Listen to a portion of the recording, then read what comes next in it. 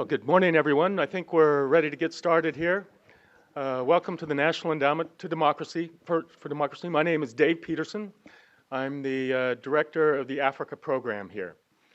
I'm very proud that we're able to have this meeting with Chairman Mike Smith of the UN Commission of Inquiry on Human Rights in Eritrea.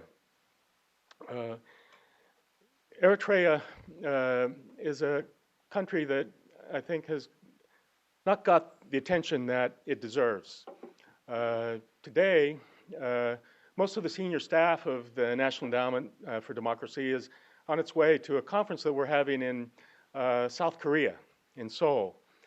And of course, they'll be talking a lot about South Korea's neighbor, North Korea, which is sometimes compared to Eritrea. Of course, the main difference, I think, is that North Korea has nuclear weapons and the population is maybe about twice the size of Eritrea. But otherwise, from my study, the two countries are very similar. And I think we'll be hearing quite a lot about why that is so. I've had a chance to read an advance copy of the report of the Commission of Inquiry, and I must say it should be the document of reference for those who are interested and concerned about Eritrea, and for those who are interested in the cause of human rights and democracy around the world. Freedom House has long placed Eritrea among what they call the worst of the worst. It's given a 7.7 rating. There's virtually nothing in the way of civil society. There's no political opposition. There have been no elections. There is no independent press. I'm not sure, I believe now that Ethiopia has released some of its journalists, that Eritrea has returned to the #1 ranking in terms of the most journalists in prison in Africa. And so I know that it's a very complicated story. I was just informed that the Eritrean embassy was not aware of our meeting this morning, but certainly this was intended to be a public event, and we would like to have an exchange and a dialogue. You know, there may be some initiatives. I know in the case of Europe that there's been some debate about whether there should be more engagement with Eritrea. But there is a lot to talk about this morning. In addition to Chairman Smith, I'm also very proud that we have this morning Elsa Charum, who has been an ed partner, really one of the very few activists, I think, working on human rights in Eritrea. She's a very brave person and has done extraordinary work. I highly recommend her website if you are interested in finding out more about Eritrea. She will be commenting, and then we also have Tiffany Lynch from the U.S. Commission on International Religious Freedom, who has been paying a lot of attention to Eritrea over the years, and who we're also proud of having served here at the endowment on the staff here some years ago. So this is certainly a topic that's very close to the heart of the endowment's work, and without further ado, I will hand it over to Chairman Smith to make his presentation. Thank you very much, Dave. Good morning, everyone. Look, I'd just like to start off by thanking the National Endowment for Democracy and the U.S. Commission on International Religious Freedom for hosting this meeting today. For us, it's very important that we have opportunities not only to get our message out, but also to dialogue with people and to hear from people. And that leads me pretty much on to what I want to do this morning. But before I do that, I just want to introduce my co-commissioner here, Mr. Victor Dankwa, who's down here. He's not Normally we do a bit of a tag team and he answers questions as well as me. So if there's anything that is particularly tricky that comes up in the course of this meeting, I'll throw it across to Victor. Now, what I thought I'd do today, I'm not going to summarise our report. Many of you will have seen that. The report was actually released back in June and was presented to the Human Rights Council in Geneva.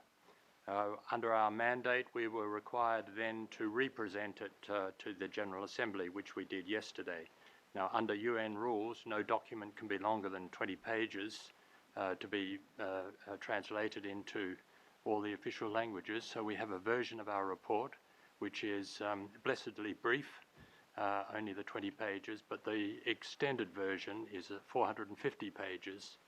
I certainly recommend anyone who's interested in the topic to read the 20-page version if you really want to get into the subject and actually read a lot of the testimony on which we drew our conclusions.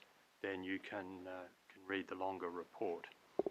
What I thought, rather than trying to summarize that report now, I thought I would talk a little bit about our methods of work and the challenges we faced when we started this exercise. And the reason I want to do that is partly because the response from the Eritrean government has been to focus on that and criticize us for our methods of work, quite apart from what you might call the expected accusations of lack of professionalism and of being biased, of being politically motivated and so on, all of the usual sorts of accusations that come the way of these sorts of commissions and are really intended to try and discredit the work of the commission. We began our work less than 12 months ago, actually. It took a while for the commission to be set up. We were only appointed beginning of October last year, and then we had to have a secretariat selected and in place, and we met for the first time in the middle of November.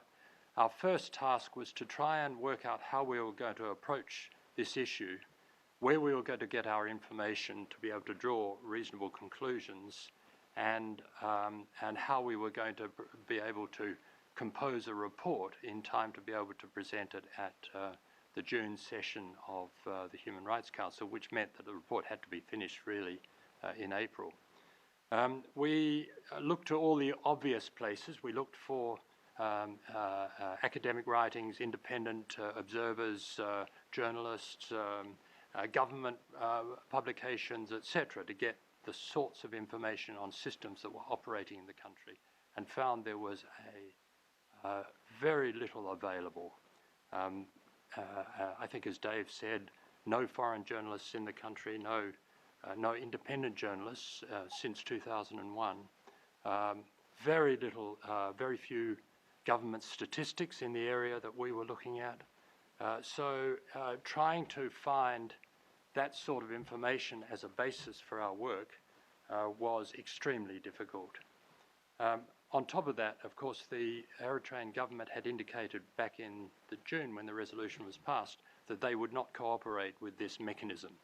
So although we did write to the authorities repeatedly asking for dialogue, asking for permission to come and visit, to see the situation on the ground, to have talks in Asmara and hopefully elsewhere, we never got a response on that. So there was no cooperation officially from or unofficially for that matter, from the Eritrean authorities.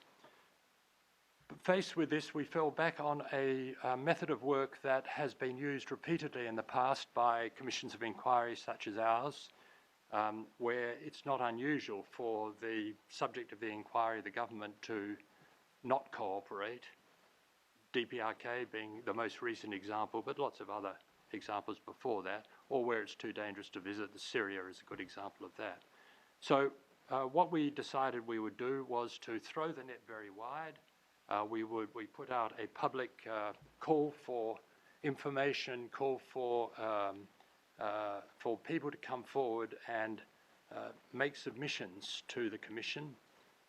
They could be written submissions or they could be oral submissions in the form of interviews. We were conscious that there was a rich variety or the diaspora, the Eritrean diaspora was spread wide and was rich in the sense of there were a lot of people who have left Eritrea over the last 20 years, more than 20 years since independence, but also, of course, others who left earlier than that. So we thought that we would gather quite a bit of information that way, and of course there are a lot of interest groups out there who we thought might put in written submissions. We got out of that process, I think, 120 odd submissions, written submissions, and we decided that we would travel and interview the people who were prepared to be interviewed wherever they were.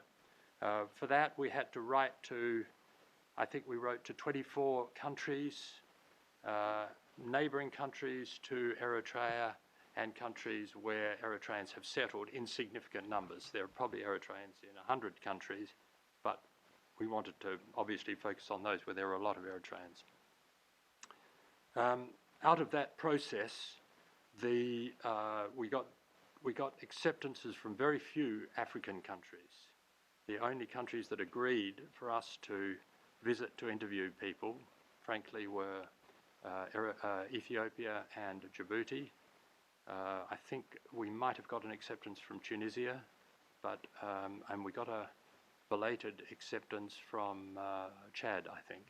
But other countries around were not prepared for us, or at least didn't acknowledge, and therefore we can't visit unless we've got official approval of the government. On the other hand, outside of Africa, we got a lot of acceptances, and in the end we interviewed in Italy, Switzerland, Sweden, Germany, the UK, the US, as well as Ethiopia and Djibouti. We were able to interview 550 odd people, 550 plus individuals. And when we interviewed them, what we did was we weren't really interested in their political views. We weren't really interested in them saying what they think is happening in the country. What we wanted to hear was their story of what happened to them, their own experience. And out of that, we felt we could build a picture of the way the country was operating. And through those individual cases, we would get a sense of how the systems that we were drawing the conclusions on were impacting on people's lives. Of course, every one of those 550 stories that we got, the narratives from these people, was different, because everyone's life is different. But there were similarities, constant similarities, depressing similarities, in different ways. The stories of the young people who went to Sawa, either because they automatically went there in their 11th grade, because when they turned 17 for their last year, everyone's required to go off and do their military training or their national service, or because they were picked up in a giffa in a village square playing with their friends. Truck came past, police, national security, well, they just picked them up, took them away, didn't even tell their parents that they were gone, and then they're in the military. So we got, as I said, a lot of different stories, but there was a similarity in the stories, and when you put them all together, you could build up a pretty good picture of what seemed to be happening in the country. And that picture, as I say, was depressing, it was horrifying in parts, and it provided a very clear explanation for why Eritreans were leaving the country in the numbers that they are leaving, and they continue to leave. And at the end of the day, when you look at the statistics, and I said this yesterday in the General Assembly, when you look at the flow, the extraordinary flow of migrants, asylum seekers coming to Europe now, and of course there are enormous numbers because of Syria and so on, but when you consider that this time last year, the second largest group of people crossing the Mediterranean was Eritreans, and even today I think Eritreans are the third largest group after the Syrians and I think Afghans. It's a pretty serious indictment of the systems in that country, that people who are living in a country that is not at war, that is ostensibly at peace and has been for 15 years, that these people feel the need to risk their lives, leave their families, leave their parents, leave their brothers and sisters, sometimes leave their wives or husbands, and make that incredibly dangerous journey across the border and then into a refugee camp in Sudan or Ethiopia or Djibouti, and then make that terrible crossing across the desert through Libya, run all the risks of a leaky boat crossing the Mediterranean and so on, that there has to be something that is pushing. And at the end of the day, we felt that we had identified what that pressure to move was. And what it was, if I had to put my finger on it, it was the complete loss of hope. And we got that repeatedly talking to people. People, well, I can remember one young man saying, "They stole my dreams. I wanted to be an athlete, but I went to SAWA, and then I was put into a military unit, not smart enough to get the privileged route, which is to go into higher education of some sort, but instead put into a military unit, and then spent years of his life working on roads, on agricultural projects, on building projects, being allowed to go home maybe once a year for 2 weeks. Maybe one guy, I remember we interviewed in Djibouti, went home 3 times in 12 years. The other times he was just refused. And at the end of that time, after some other traumatic things I won't go into, he decided he couldn't stand it. There was no point. He'd lost his life, so he walked across the border. So all in all, a very depressing scene that we found.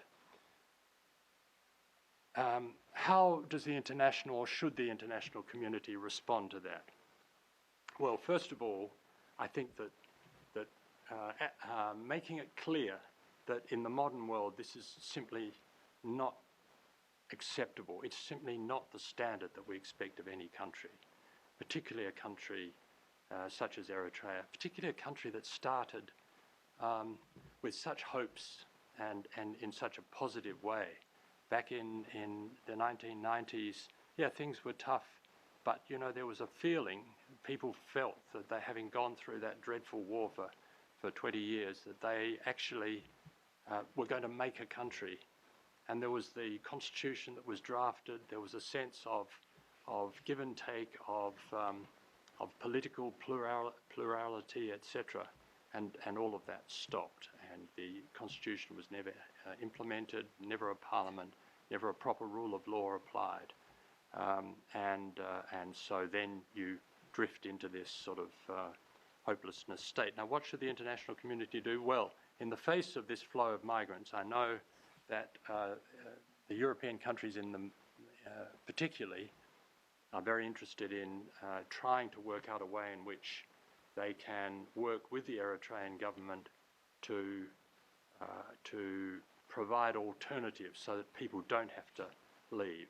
I think that we in the Commission would say that's fine, and it's a good idea. We don't want people leaving the country, and we certainly don't want people risking their lives and putting themselves at the risk of these unscrupulous people smugglers and traffickers who do appalling things to the people they're moving. In fact, the worst examples of brutality that we heard, in fact, did not happen inside Eritrea, but probably crossing the Sinai or whatever. That anything to try and prevent that would be good, but programs, financial programs, development programs, all of those sorts of economic systems cannot work unless fundamentally people feel secure, they have a sense that they can make their own lives, that they have an independence, that they can feel in control of themselves, that they're not subject to arbitrary treatment, etc. So in other words, you have to get, as part of any package deal, you have to get changes on the human rights side. And the principal changes from our perspective would be, firstly, a release of political prisoners, establishment of rule of law, which would actually flow from implementation of the Constitution, an end to impunity. We've never heard anyone say that anyone who's abused their authority, who's tortured people, who's sexually used young women at Sawa camp have actually ever been punished, identified and punished. We didn't hear any stories of that happening, so that has to happen. An end to the indefinite military service. With those changes, then I think there's no reason why the country can't have a great leap forward, because the Eritrean people have got enormous energy and they've got enormous focus, and we see that in the diaspora, and it's just depressing that it's not happening at home. Dave, perhaps I'll leave it there and let the others add their comments, and then we can hear from the floor. Okay. Thank you. Thank you, John. Sure.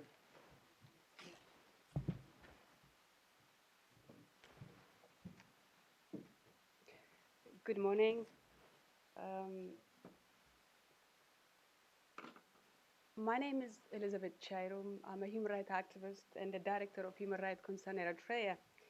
And I am one of the Eritrean activists who have been lobbying for the establishment of special procedure on Eritrea, special rapporteur, also the Commission of Inquiry. And I'm so grateful after 7 years of hard work and lobbying that the COI is established, and they have managed to produce a report, horrifying report, but at least the crimes which has been committed against the Eritrean people finally is documented. My topic today is the journey and the future of the Commission of Inquiry from an Eritrean perspective.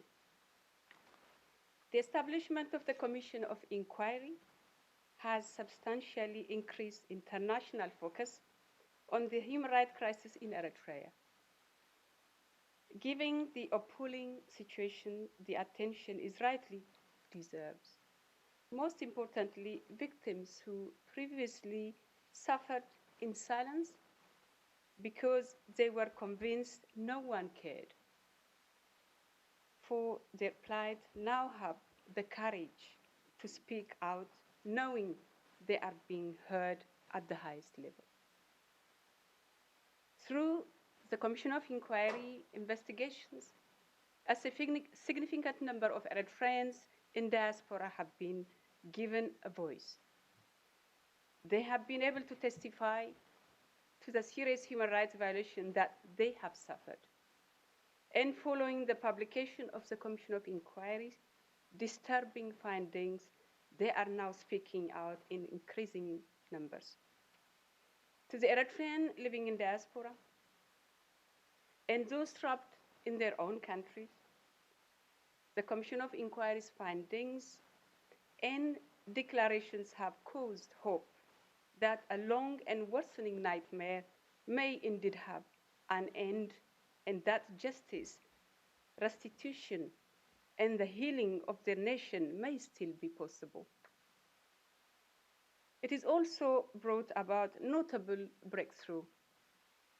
The first of this is the rejuvenation and transformation nature of Eritreans' diaspora politics. There is a new sense of what is doable and of what opportunities to advance their struggle for justice. The success of the Commission of Inquiry has encouraged many Eritreans in the diaspora to explore new avenues, such as lobbying and appealing their case to entities best positioned to assist in advancing their issues and their cause. Secondly, It has assisted us to break the fear barrier. The current regime has a menacingly enduring adage meant to threaten dissidents. The arm of the revolution is far-reaching and never forgetful. During the revolution, this phrase was employed to instill fear into those who were engaged in and involved in serving the annexing regime of Ethiopia. In a baffling irony, in a post-independent Eritrea, the regime has been using this mantra to intimidate and discourage Eritrean citizens in the diaspora from getting involved in politics. The fact that the Commission of Inquiry exists and has received the backing of thousands of Eritreans in the diaspora is a powerful defiance and rejection of this fear-mongering. Thirdly, it is a powerful and empowering reminder that the Eritrean people are not alone, that there are entities, communities, and countries that will stand alongside them. The moral boost it infuses is in dissident movements abroad, and the uplifting it affords those inside Eritrea cannot be overstated. The Eritrean diaspora has been a breeding ground for civil and political activism in various forms, while there exists a fertile and substantial ground of commonalities. There are minor but understandable differences in the manner these various movements conduct their activities. As it currently stands, it can be unequivocally stated that these movements have found a very strong and unifying common ground in the support they pour into the Commission of Inquiry. In fact, I'm of the opinion that it may have injected a much needed focus into the nature cacophony of movement building and such. Its existence underlines the fact that at the end of the day, all activists are fighting for justice. And justice begins with an unwavering demand to hold offenders to account before the court of laws and institutions created to uphold basic human rights. The challenge we have faced is one, intimidation and harassment from the regime sympathizers, and the outreach needed to gather testimonies from the victim was rendered more difficult because there are very few community centers where victims can be reached.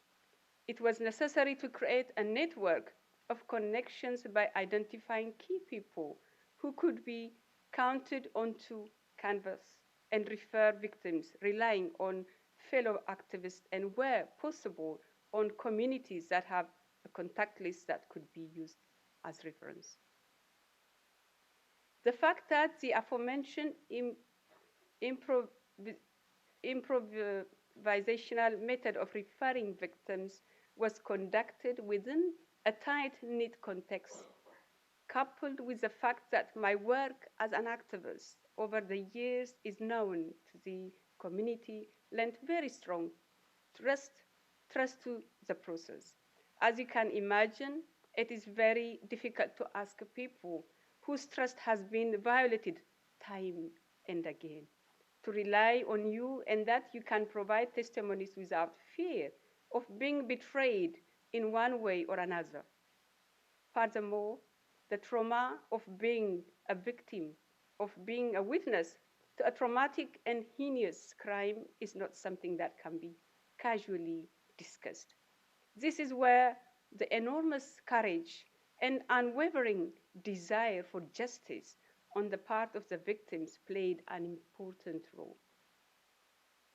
The Geneva and New York demo, the outpouring of support from Eritreans living abroad in unprecedented numbers, their willingness to stand together and voice their support for the Commission of Inquiry is in itself a powerful mandate. It is worth noting that an astonishing number of the participants are Eritrean victims and witnesses to the very testimonies submitted to the Commission of Inquiry. There are a number of anecdotes highlighting the fact that several of those who attended the Geneva demo are asylum seekers who are still waiting for their status. They endorse the Commission of Inquiry's findings both by their presence, carrying with them their painful, potent memories of injustice. They recognize the courage of the victims and the witnesses referred to in the Commission of Inquiry's report because it reflects their own experiences. We hope the Commission of Inquiry's new mandate will provide clear and ambiguous analysis of the alleged crimes against humanity committed against the Eritrean people so that the international community can no longer plead ignorance about the situation in Eritrea. It is hoped that the report will also provide encouragement for Eritreans that a path to justice is being pursued internationally, even if it remains lacking on the domestic front. Our hopes for Eritrea. Eritreans activists, whether acting independently or concretely as political and civic and human rights organizations, have done a great deal in highlighting the atrocities of the abominable suffering of the Eritrean people. Many who, for various reasons, have been silent, thereby constituting the silent majority, have broken that silence by denouncing the atrocious realities and are actively doing all they can to advocate for their people. This shift from being part of silent majority to becoming active justice seekers is an extraordinary act of courage that is often underrated, considering the consequence of such action and the sacrifice this demands of them. To be an advocate for the Eritrean people in the free world means to surrender the privilege of returning home to see one's family and partake in the joyous occasions, heartbreaking losses, and so on. Just as importantly, family members of those who are visible and vocal are exposed to retaliatory acts by the government. These sacrifices, even when viewed as relatively more bearable than the painful existence of our people in Eritrea, are valuably acts of solidarity that continue to breed hope in the hearts of those in Eritrea. They are also resounding testament to the thirst of Eritreans for justice, for rule of law, for peace, and for democracy. Our hope is for the ultimate emergence of an Eritrea that is governed by the rule of law, a nation that is accountable to and protects and serves its citizens. Thanks for listening.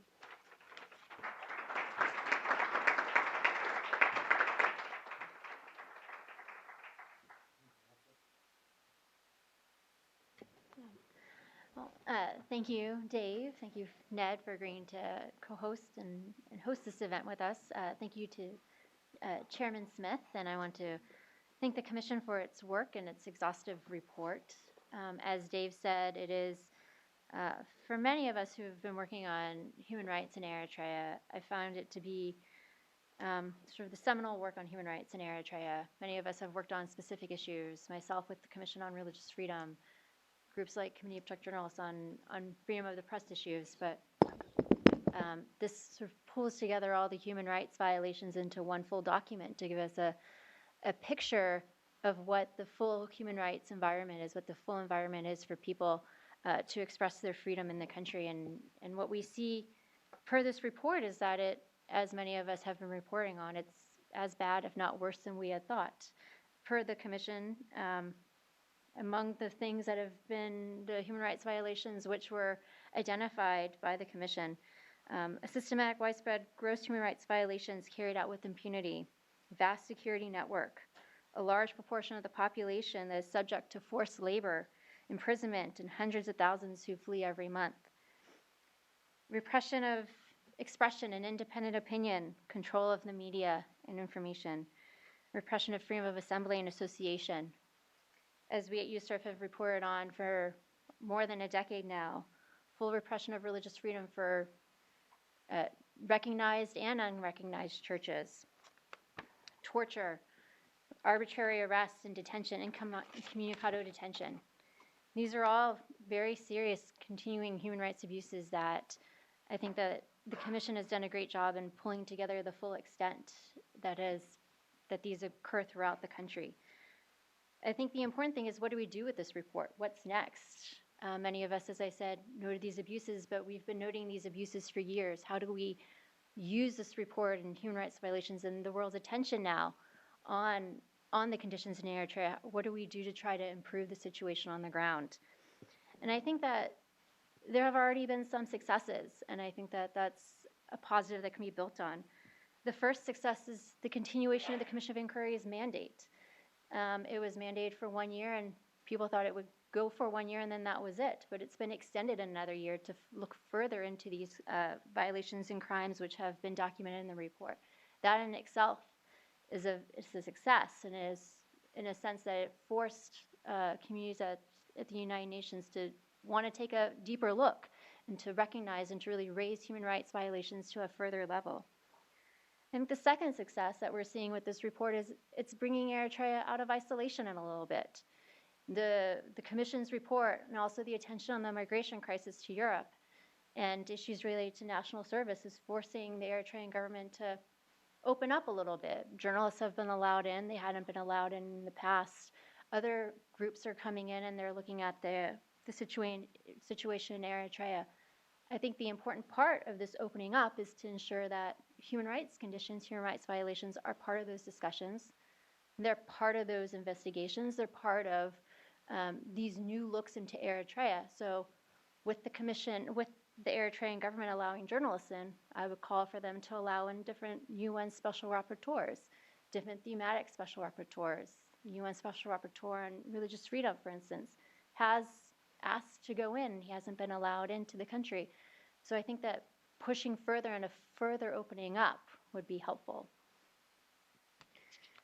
I think that, and can't say this is a one-to-one correlation, but I think that the timing of some of these sort of improvements are interesting. The release of 3 journalists earlier this year. Potential reforms for the Civil Code, potential reform of the national service. Again, that's, I think, coupled with the migration crisis. But I think that these small improvements, could be big improvements if there is a real reform of the national service, is in part to the Commission of Inquiry and its attention to these issues and the Eritrean government wanting to respond to some of these violations of human rights that are so well documented. I think that one thing that we have to look at with some of these reforms that are going forward is, again, the secret nature of them, wanting to have some of these reforms out in the open so people can see what the full reform looks like. They can monitor implementation of some of these reforms if they come forward. So again, issues with transparency in some of these potential announced reforms and seeing that they're actually implemented. And again, I would like to look at the issue of increased media attention to the situation in Eritrea and the opening up of visas for media who are going in. I think this is a terrific opportunity to really raise human rights abuses, in the sense that a number of these journalists who are going in are looking at the migration crisis, they're looking at why people are leaving, and they're looking at it through the national service lens.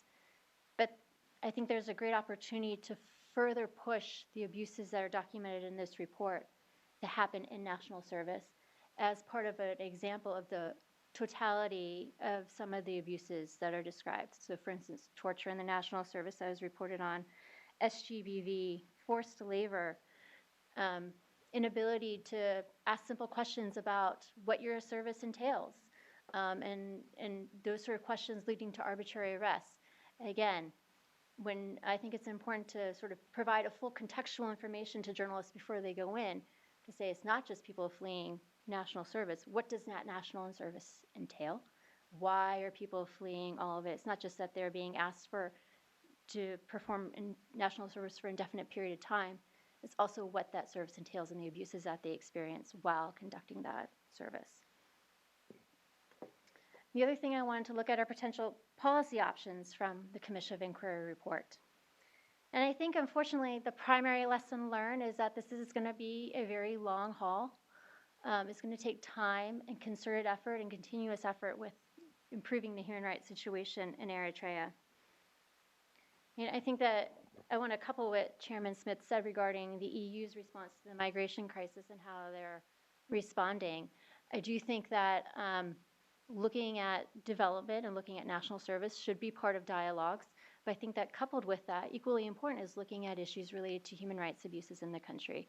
As Chairman Smith said, you're never going to fully stop the flow of people outside the country unless you look at the full root causes and conditions on the ground. And that includes having an equal discussion on human rights conditions in the country. And at the very least, putting out benchmarks and saying these are the areas in which we would like to see your human rights record be improved upon.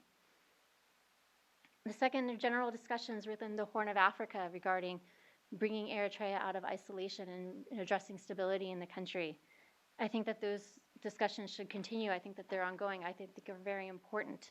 But I also think that the human rights conditions in the country have to be included in those discussions. I think they have to have somewhat of a within bilateral, multilateral discussions, so an equal footing of human rights standards, conditions, concerns have to be addressed.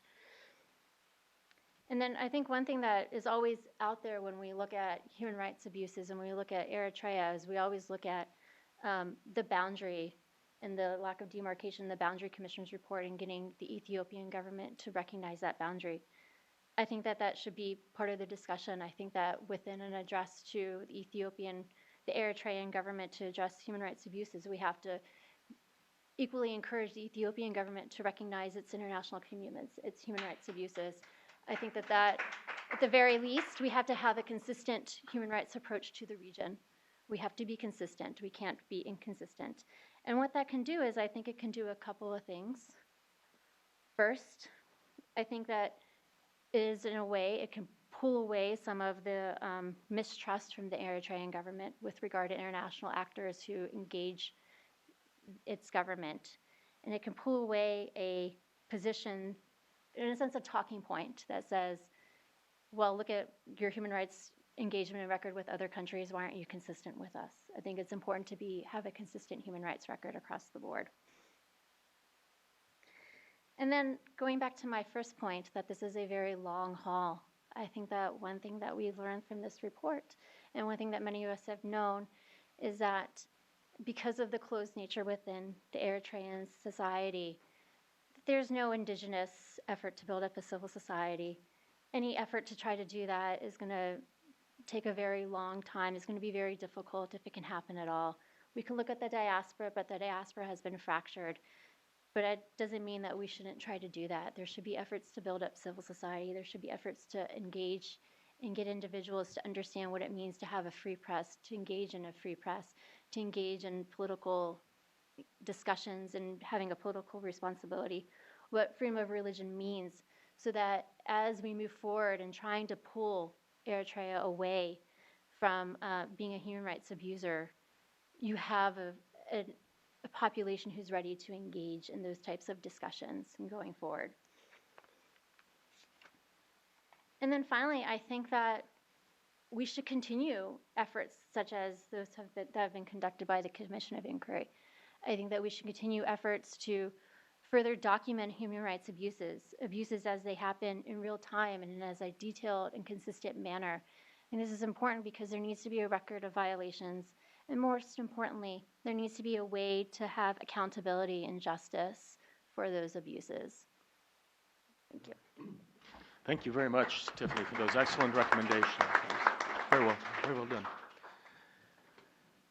I think we're ready to open it up to the audience now. If you could just raise your hand and identify yourself, we can get started. See the man here in the black jacket. My name is Muse,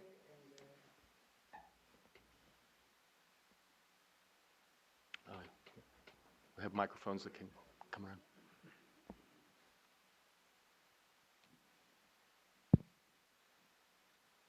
my name is Muse, as Eritrean who served national service for almost 2 years. Not only me, my wife also left a year ago after she completed her service for more than 2 years.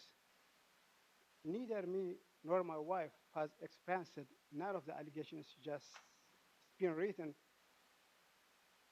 And plus, also, I heard you about the indefinite national service. There is no indefinite national service. It's extended due to the illegal occupation by Ethiopia and by the threat invasion by the Ethiopian government. None of you has mentioned that. So you should mention that. Plus, it's very disappointing to read all those allegations. It's an insult to all the fighters, to all national service, especially to our women. When I read about the rape that's going on, you guys said in Sawa, when I was there, I never experienced that kind of rape or something torture. It's an insult to our women. It's not, there's no such thing in our culture. Thank you. Okay. Thank you. Do you want to respond, or should we take a few questions? Let's see. I think the gentleman with the hat on, and then on the other side, the gentleman with no hair. Thank you. Thank you very much. Thank you for your interest about Eritrea issue, but hands off Eritrea. My name is Sami El-Mihari. I live here in Washington, D.C. I enjoyed the Eritrean Revolution when I was 13 years old. So I was in school. After I learned political education and military training, after 3 years, I joined the war. So I fight for my country without penny. I'm the happiest person in Eritrea right now. And we transfer our effort to the new generation to build a nation without or less money. So we have to consider that. You American here, you enjoy the life because your grandparents work hard this country to be beautiful. And our people are working hard Eritrea to be the best country in the world. Again, when I came here, I read in a Twitter, Mr. Herman Cohen, he said, let me read for you.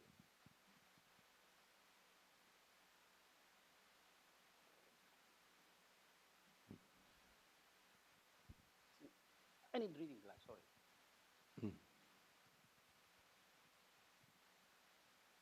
Mr. Herman Cohen is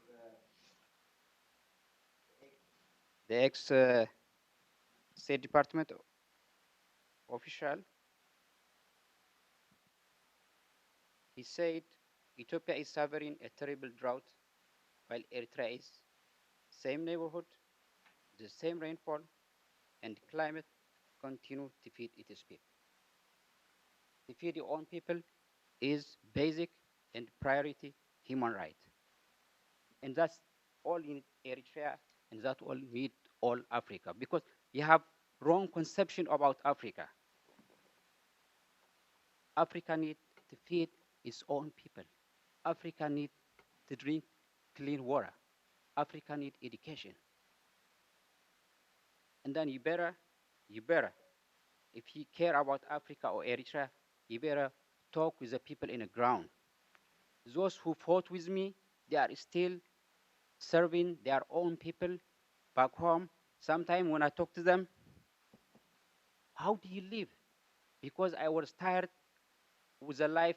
I came from my country. I take care of myself. But my colleague still serves their own people. And this is the best Eritrean and the best African people, you can talk with them if you want a solution in Africa or in Eritrea. Not with me activists while I'm living here with the West standard, or I'm living in upper neighborhood somewhere else in Europe. And we have to be careful. And democracy is not a product to export. Democracy is a process and a social transformation. The same like here in USA, you have been for 200 years. Women have no right to vote in this country, and blacks considered as a 5% as 1%. But now America, they have a black president. It takes a long way. And helps us to accelerate our process, please. Thank you.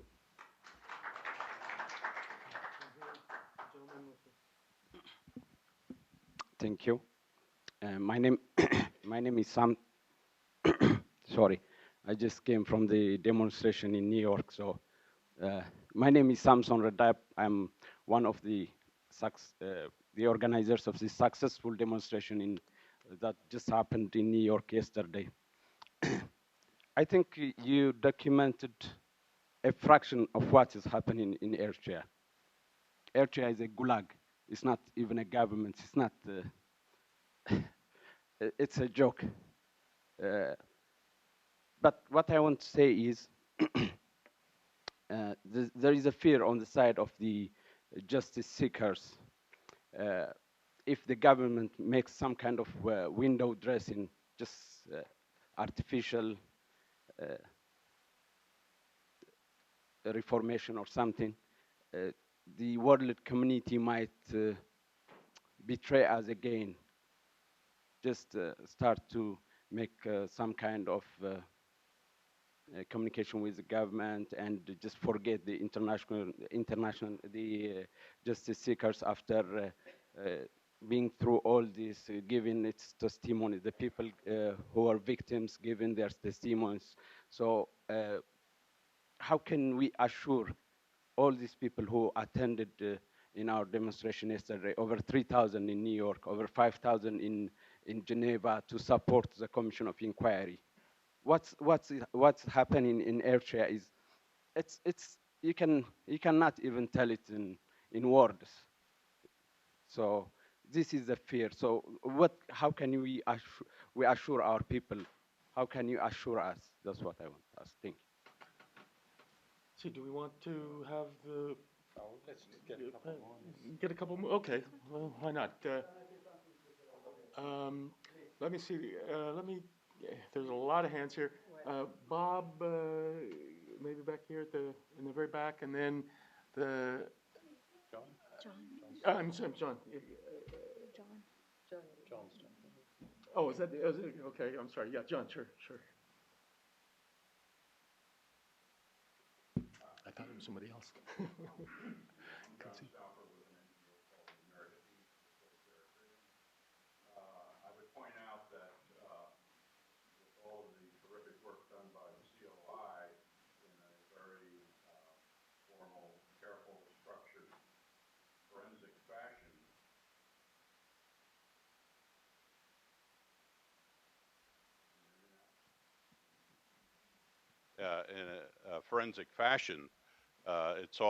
it's great information. And I would just point out that underlying that and supporting that information are literally thousands and thousands of interviews that have been conducted by the UNHCR, IOM, the US State Department, various governments involved with asylum cases, that all are interviews in the context of people who have fled the country. So all of this, while it's obviously not available in a suitable fashion, but I would for adding to the COI's report, I would just point out that it's underlying foundation that basically shores up the conclusions that the COI is drawing. In Ethiopia, for example, there are over 100,000 Eritrean refugees residing in Ethiopia. So how many interviews have been conducted by ARA and by UNHCR in that country alone. And all of these are around why are you a refugee? Why did you leave the country? Thank you. See, there's a, okay, one more, the gentleman with the hat again, I guess.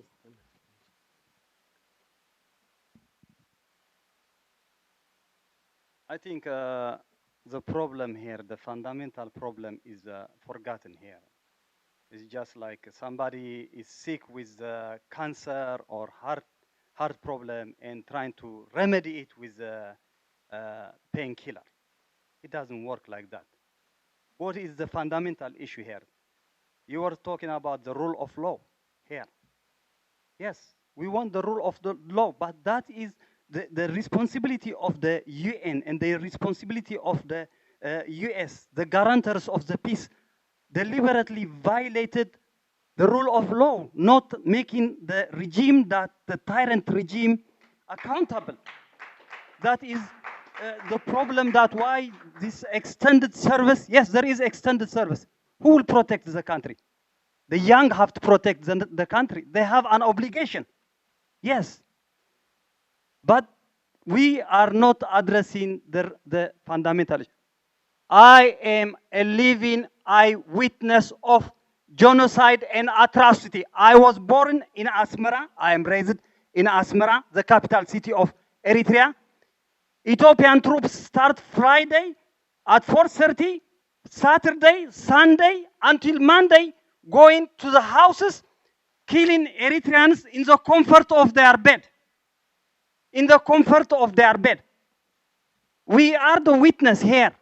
We were forced to leave our loving family because of the genocide. Those people who have committed this crime are roaming in American cities and in European cities. You never come to talk about that. Before Eritrean independence, there was over 1 million Eritrean refugees inside Sudan. I was one of them. Where were you? Did you make them accountable? They are roaming your cities, our cities. I am proud to be an Eritrean American. I represent some of the Eritrean people, the majority of the Eritrean people. We were talking about 3,000 people demonstrating. Thousands, tens of thousands was demonstrating, supporting Eritrean government, Eritrean people. Eritrean government is not a perfect government. We are aware of that. We are not in a state of denial. We know that. But what is the fundamental? You supporting a tyrant regime that is committing genocide in its own country. This is documented. You can look at it. Even some of the Congress people in America are aware of this situation. If you really want solution, we have to address the fundamental problem, which is the boundary issue. The army will not be there indefinite. They cannot be forced. These are armies with guns. They cannot be forced indefinitely in the fronts. If the border issue is resolved, which you have abandoned, you are the guarantors of the peace. US and the UN, European Union, were the guarantors of the peace. Where is the rule of the law on your accountability on your side? You haven't done that. This is, to me, this is a political ploy. This is a joke. You just have another aim. Your media have never been fair. You're talking about media to get in. When was your media? Washington Post, New York Times? Oh, you never been fair about Eritrea, about Eritrean achievement, about Eritrean suffering. We suffered for many years. This started long time ago from my father. It reached to my children right now. We haven't stopped because of your destructive foreign policy of the superpower. Destructive. It's not constructive. You enjoying here democracy. We want democracy in Eritrea as well. Yes, we do. We want accountable and transparent regime. Yes, we do. We are not in denial of that. We don't want one-man show or one government show. No. But the priority for us, we are rallying. Elsa, you need to be aware. We are rallying most of Eritreans, not because we have a perfect government, because our priority is our existence. We want the existence of the Eritrean nation, which we paid our blood, our brothers and our sisters. That's what it is. Thank you. I think we'll return to our panel here for a few minutes and let them comment on some of the remarks that have been made. Chairman Smith. Yeah, I'll just say a couple of things. First of all, I think I want to underline that we in the Commission, in approaching this mandate, did so with enormous respect for the Eritrean people and for the sacrifice that they've made and for the extraordinary strength of their commitment to building their country. It's in that light that when we found out from people's experiences the nature of the systems that are operating there, that we were so disappointed, that we felt that the systems have let those people down and let the sacrifices of people down. We interviewed many, many veterans, people who had fought in the war and who had left their country because of what happened after the war, not what happened during the war. And what happened after the war, they thought that they had fought in order to get a country where they would have a choice, where they would get a voice in the way in which they were governed, and they found that that was not the way it turned out, that in effect their dreams were hijacked. So that was our impression we got. Now, having said that, I'm not going to disrespect anyone's personal experience. The gentleman who said that he and his wife went through Sawa and everything was fine, I entirely respect that. I have no doubt that there are people, and we interviewed people who had been through Sawa and had nothing to comment on it. They said, no, it wasn't that bad. But the point was, we interviewed lots of people, including women, who had terrible experiences there. And it's that we record. Of course, not everyone gets put into prison. Not everyone gets seriously maltreated, etc. Of course not. But it was we discovered from what people was telling us that it was sufficiently widespread that it was fair to draw the conclusions we did. I think that's probably all I can say beyond that the comments from here demonstrate the extent to which the diaspora is divided, and that, of course, makes it very difficult for us in lots of ways in our work, because there are very people have very strong emotions. People have a very strong attachment to the idea of their country, and so we had a very clear mandate to investigate the human rights situation, and that's what we focused on. We were not asked to look into broader questions, including the geopolitical situation in East Africa. We were not asked to do that. When you talk about the last gentleman who talked about the UN and the US being responsible for this or that, we are not the UN.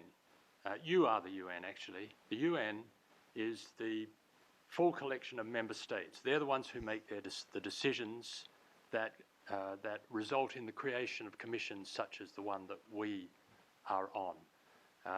The decision to set up this commission was taken by the Human Rights Council, which is a collection of states, I think 47 states, which represent the full range of 193 members of the United Nations. So when you say you as the UN, you're talking about actually the world. And the fact that they decided to set up a commission of inquiry to look into the situation there indicates that there were very widespread concerns, and frankly, in our examination, we found that those concerns were genuine. Yeah. No, sorry, this is not a... Shall I address your points? I just want to speak about the group people that are interviewed. Those group people that you said they were selected, they were targeted. That's fine. Those people are in Djibouti. You know, those people are asylum seekers. What do you expect from asylum seekers? Excuse me, can I just address your case? Okay. Just let me address. Shall I? No, let me respond to... Please, can we give the... you had the opportunity to speak. Also, Let's, yeah. let's also address your issues. Thank you. You guys, thank you very much. You said that there was no abuse, but still you wanted to live here in a democratic country and enjoying the fruit of democracy. If you believe, no, excuse me, if you believe that there's no abuse in Eritrea, and the gentleman here, if you say that you had only done the terms, according to the proclamation, the national service should be 18 months. If you completed, why didn't you extend to build the country like your brothers and sisters who are still there building the country for $3 or $10 per month? Okay? One. Secondly, Eritrea belongs to all of us. We love our country. We love our country. We paid a dire price for it.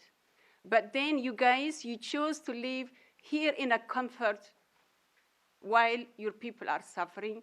And then for me, not even to think to extend the privilege that you are enjoying here to your own people is a crime. You become accomplice to the crimes committed against your people. Don't tell me I'm an Eritrean. You may fool other people, but I live in pain myself because I see people who were tortured, raped, and abused. You to tell me that no Eritreans were abused, I'm sorry, probably you're living in a different world. Secondly, Eritrea needs electricity. Listen, let me address your points, 3, 4 points. Eritrea needs roads, electricity, water. We agree. But you do not enslave your people for years. Those who joined national service in 1994, they are doing national service 20 years later for $10 per month. $10 per month. What do you do with that? $10 per month. Excuse me, if it is a war, no, do me a favor. Go back and defend your country. You cannot tell me here. Go back to Eritrea and defend your country. Please, No. if we can, You sounded please very restrain selfish. yourself and let You all go back and serve and defend your country. You cannot sit here and telling us that people are not abused. National service is not becoming a slavery, national slavery. I think, Tiffany, would you like to make some comments? No? You go back and defend your country, not sitting Okay, here please, enjoying comfort. let's one at a time, please. Yeah, Okay. I just wanted to echo what Chairman Smith said about, the divided nature of the diaspora and how this is a long road that we have to march towards, and it will take a lot of building going forward and a lot of discussions going forward to creating the type of country that Eritrean people have fought for. And so I think we're seeing some of the long road ahead. Wow. I think everybody here wants to speak. Who has a question? I'm not sure how. I think if we have questions too, instead Yeah, of trying to get maybe into a that's debate. a good idea. Thank you, Tiffany. If we could please, rather than making statements, to ask questions to the panel. The man with the blue shirt. A question, please. And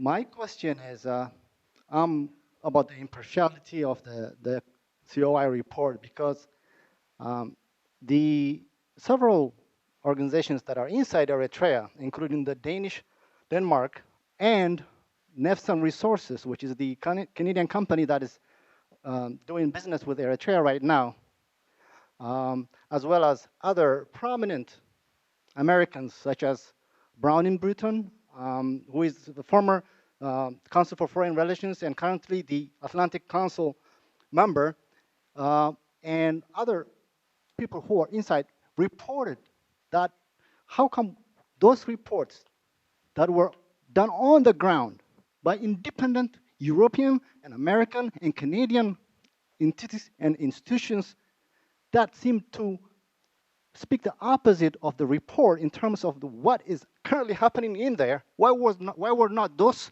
reports included as part of the COI report? I heard Ms. Brown-Britton on Voice of America showing such amazing clarity on how and why the Eritreans were crossing, risking all their lives to go to Europe.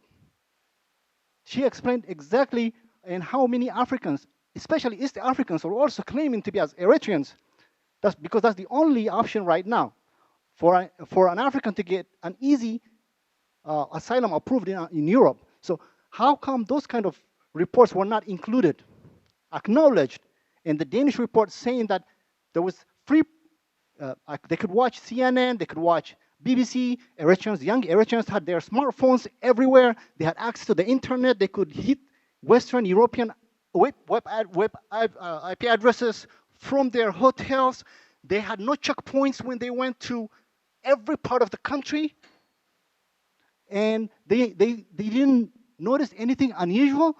And the Canadian Nefson company said on the parliament, in the Canadian parliament, openly saying there's no such human crime or anything that's against human rights, especially in their own facility. So why were not those acknowledged and done? And I just want to conclude this by adding, unlike anybody here who may not be affiliated with this, with those 15 people who are in jail right now, the Major General Berhane is my uncle. He's in jail in Eritrea right now. I doubt Elsa. I know every one of them in jail right now are everybody's family members, but I am personally touched by my own uncle who is in jail in Eritrea right now. Anyone can testify that who knows me, or Elsa, if she knows him, she can interrogate me to find out if he's my uncle or not. You guys are complicating the situation of my uncle who is in jail. Every time I go to Eritrea, his family are the first people I visit. It pains me to see the children, his wife, who is also a government civil servant right now there. It pains me to talk to her straight in her eye, to see that I don't enjoy my life when I go to Eritrea as much as I used to, because my uncle is no longer next to me when I'm in my home. But I don't go around harassing or bad-mouthing the Eritrean government, because I try to do what I could do in my own capacity. So we are Eritreans. We are brave enough. We fought the largest black African army. We fought it. We defeated it. We know how to handle our own government if the government is beyond what we can tolerate. So please keep that in mind. Thank you. The woman here in the front.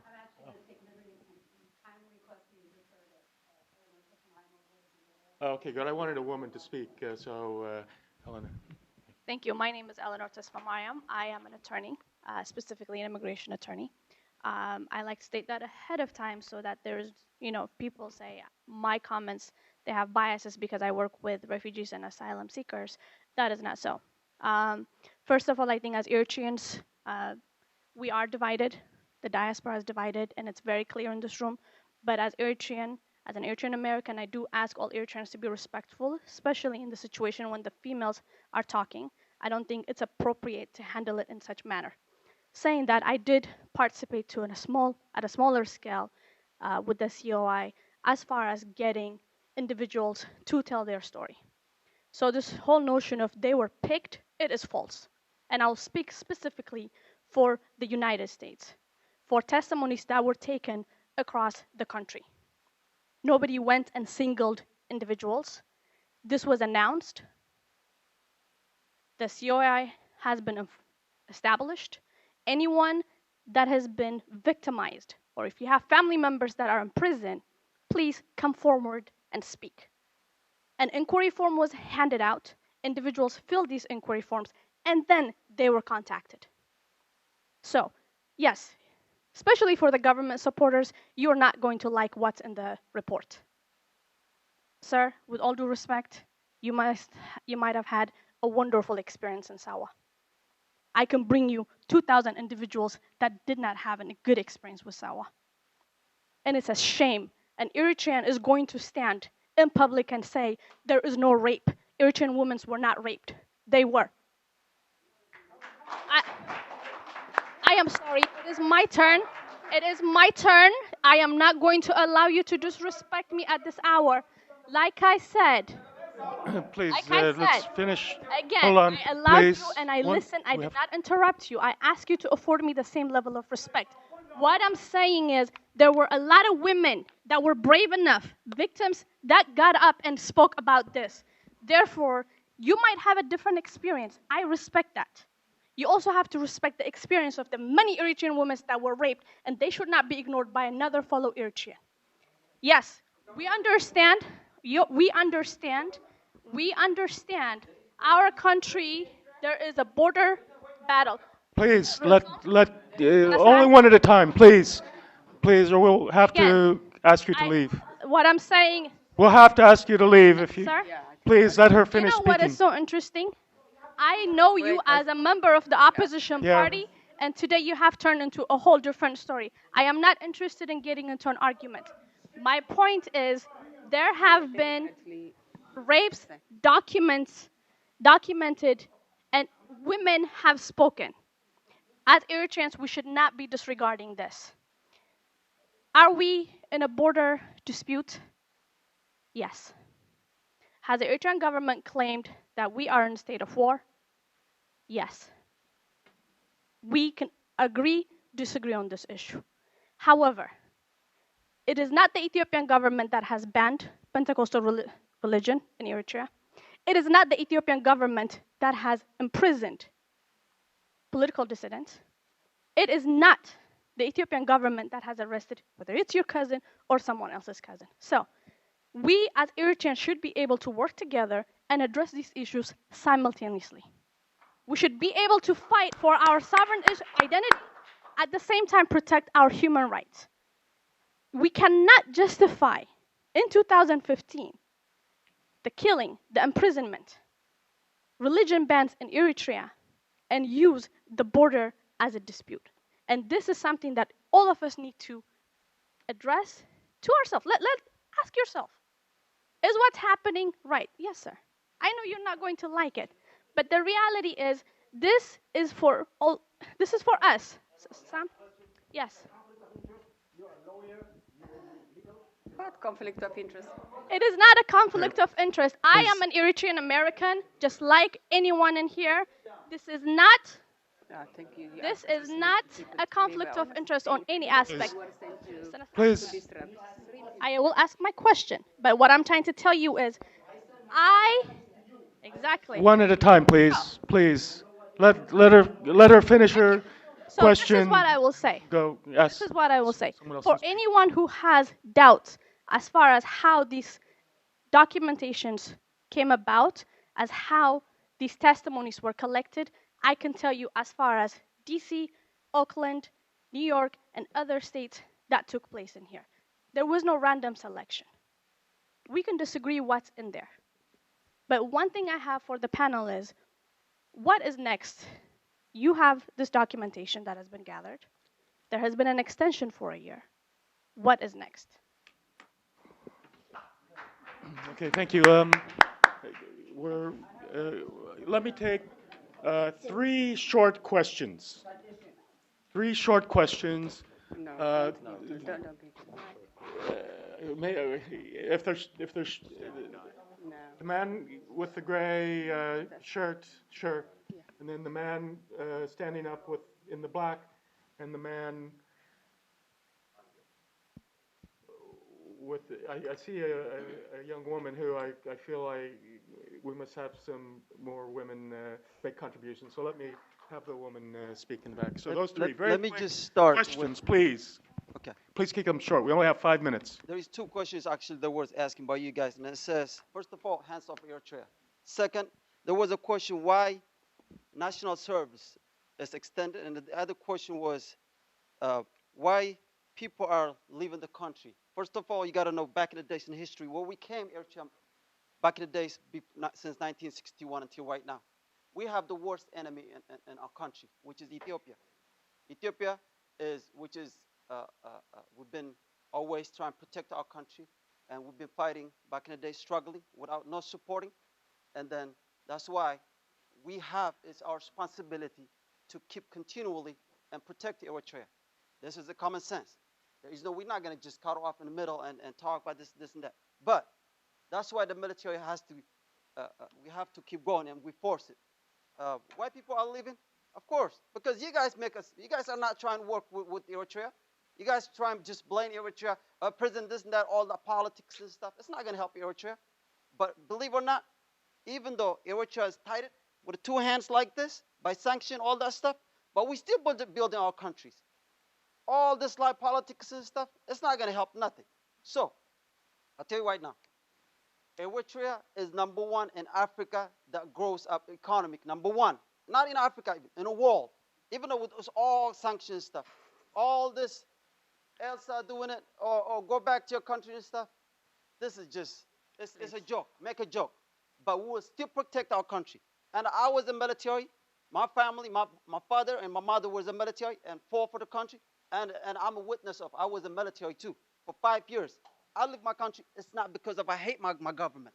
I never hate my government. Why would I hate my government?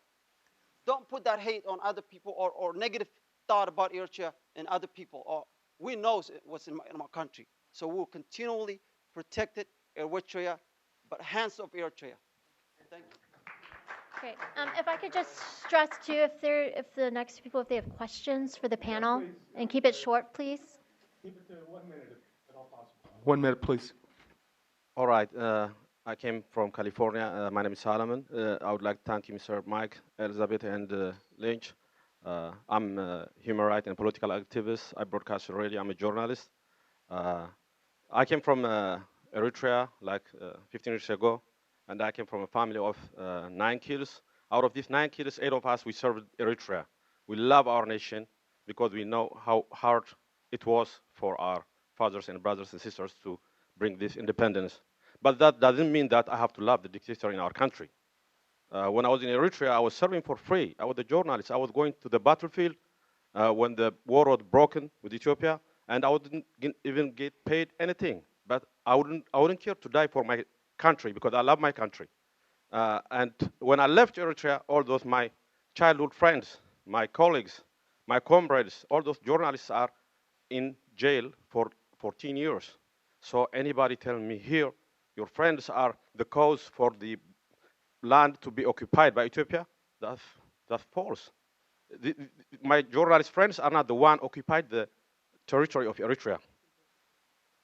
Okay, I'm just one little bit continue. All right. So my question to Mr. Smith is, the government of Eritrea is, financially they are rich, so they can pay a lot of money for Eritreans living in diaspora to witness against their own people. So what do you guys to do to control such kind of people who can distort facts and give false false testimonies? Thank you very much. Thank you. The young woman, we'll have the last question. Good morning. My name is Sesson, so I have several questions.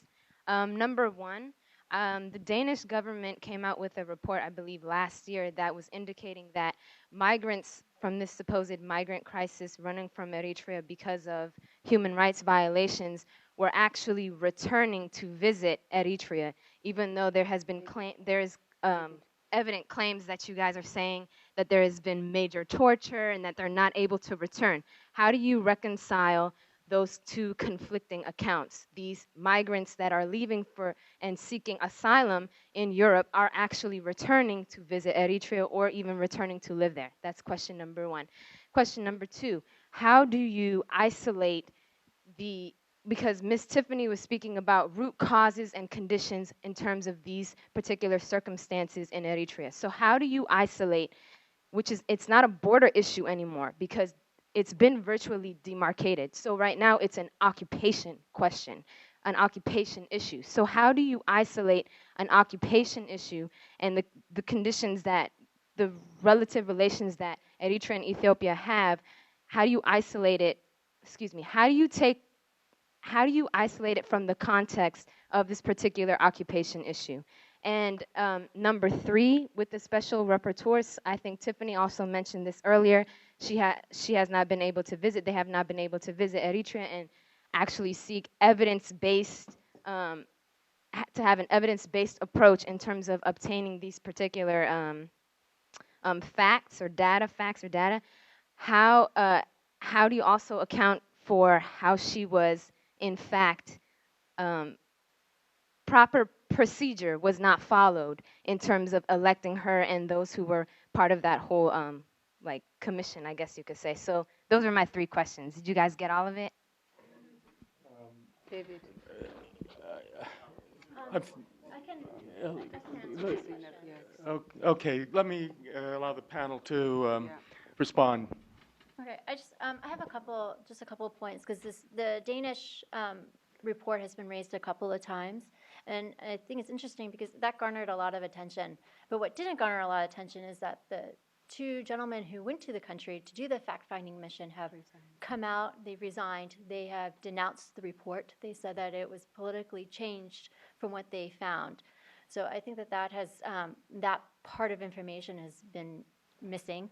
The gentleman's point of view about BBC reports and such. Those are new. Access to BBC and others and international media is new. I welcome it. I think it should continue. I think they should have. I mentioned the Danish report was denounced by the 2 people who were reporting it, who wrote the initial draft. They said they resigned. They said that it had been rewritten in a way that they did not agree with.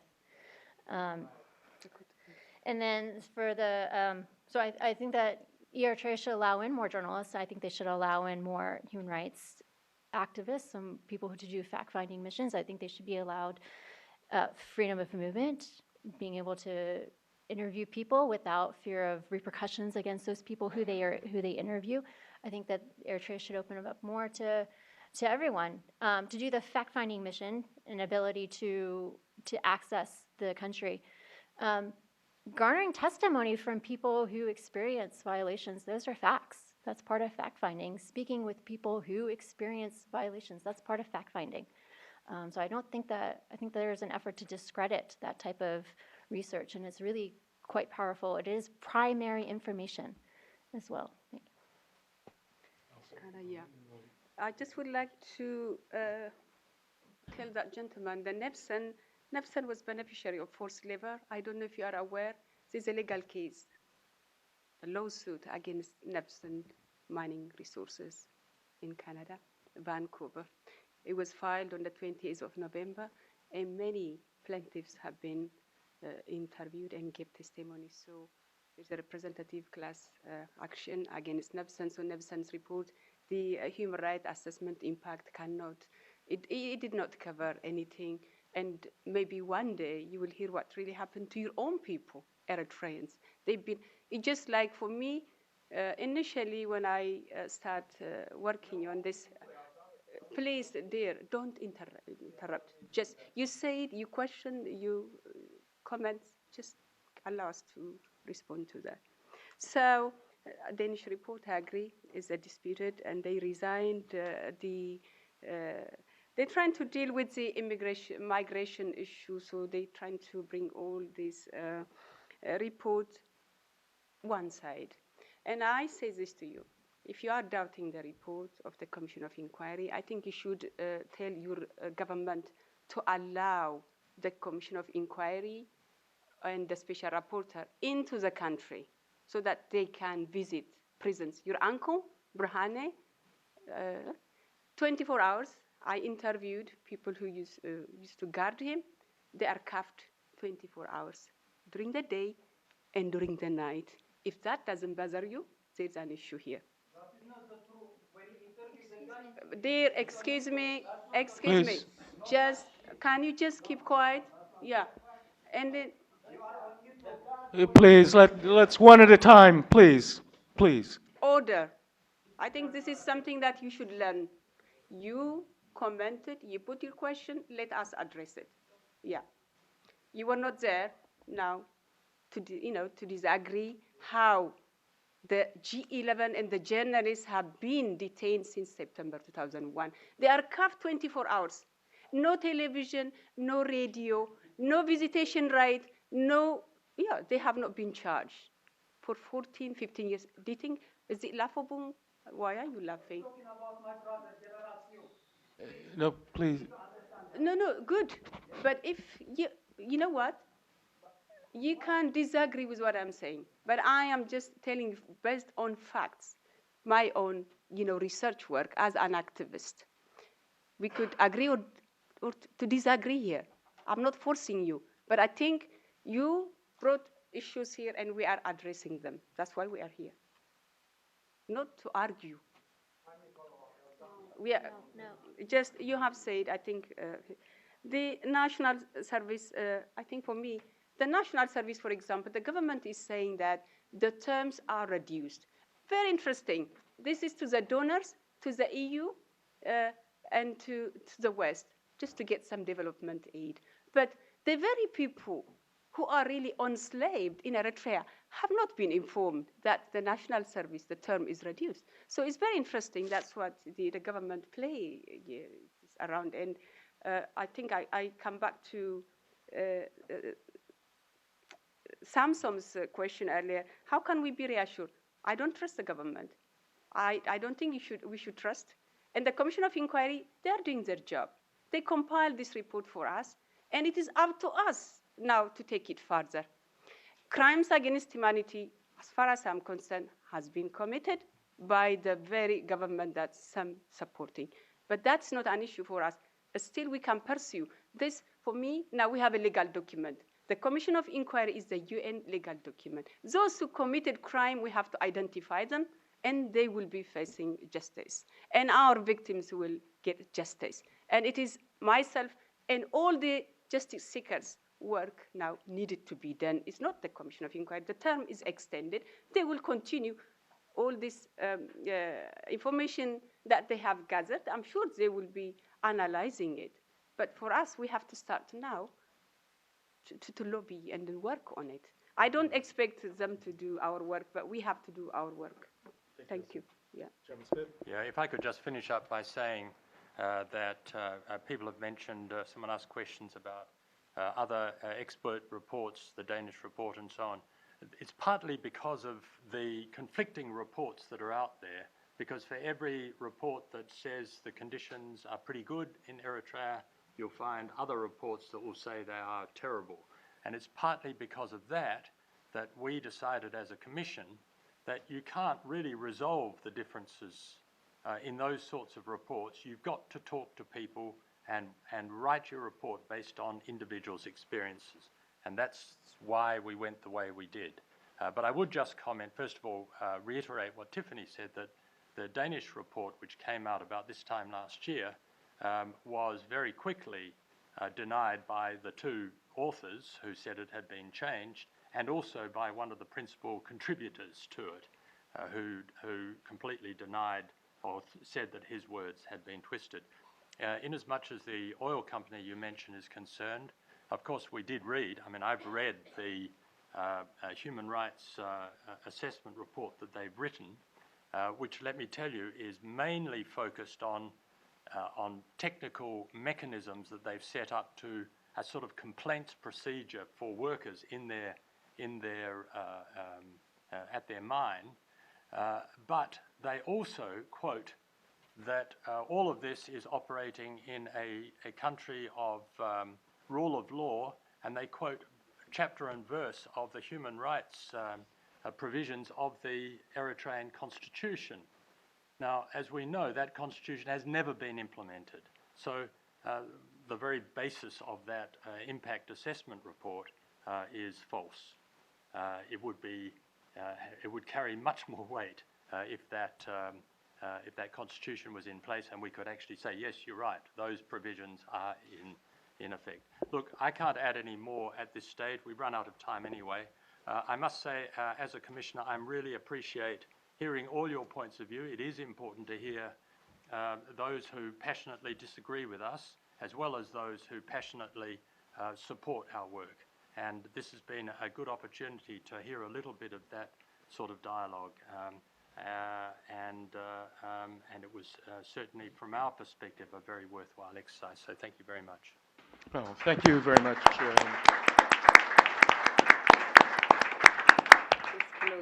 Thank you, Chairman Smith, and thank you, Tiffany and Elsa. I think these have been great contributions. I know It's that there is a closed. lot of there are a lot of people who I wish I could give a chance to ask questions or to speak. I understand there's somebody from the embassy here. I apologize, but we have run over about 10 minutes, and so I won't be able to do that. But I thank the participants in the discussion today. I know there's a lot of passion, but I appreciate your consideration, and I hope that this kind of dialogue is something that we can continue. So thank you very much.